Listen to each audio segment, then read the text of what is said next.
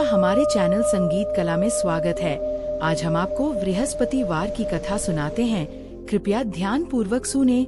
बहुत समय पहले की बात है।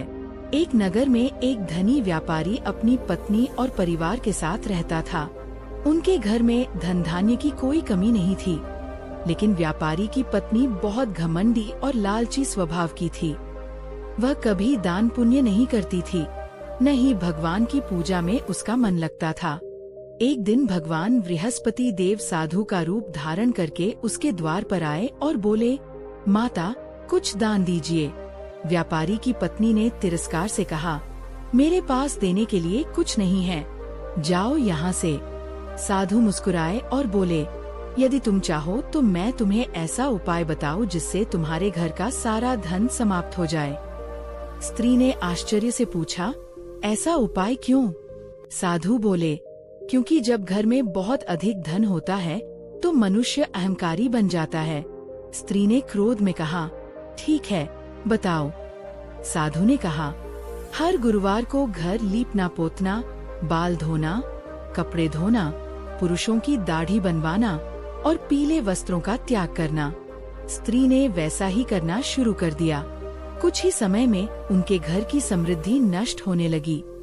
व्यापार ठप हो गया, धन समाप्त हो गया और परिवार निर्धनता की ओर बढ़ गया। घर में खाने तक के लाले पड़ गए। एक दिन व्यापारी की पत्नी बहुत दुखी होकर बैठी थी। तभी वही साधु फिर से आए और बोले, माता, अब कैसी हो? स्त्री रोते हुए बोली, महाराज, सब कुछ समाप्त हो गया। कृपा करके मुझे ऐसा उपाय बताइए जिससे मेरा घर फिर से सुख समृद्धि से भर जाए।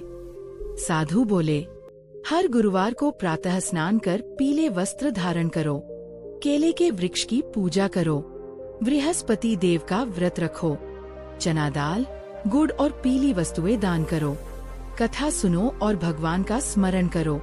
इस दिन बाल, नाखून और कपड़े न धो। स्त्री ने पूरे श्रद्धा से व्रत करना शुरू किया। कुछ ही दिनों में उनके घर में सुख शांति लौट आई। व्यापार फिर से चल पड़ा, धन धान्य बढ़ने लगा और परिवार में आनंद छा गया।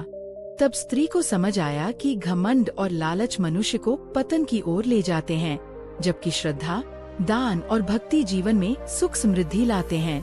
तभी से बृहस्पतिवार का व्रत श्रद्धा से किया जाने लगा। बृहस्पति देव की कृपा से ज्ञान, धन, संतान, वैवाहिक सुख और समृद्धि प्राप्त होती है। गुरुवार के दिन सच्चे मन से व्रत और पूजा करने से सभी कष्ट दूर होते हैं।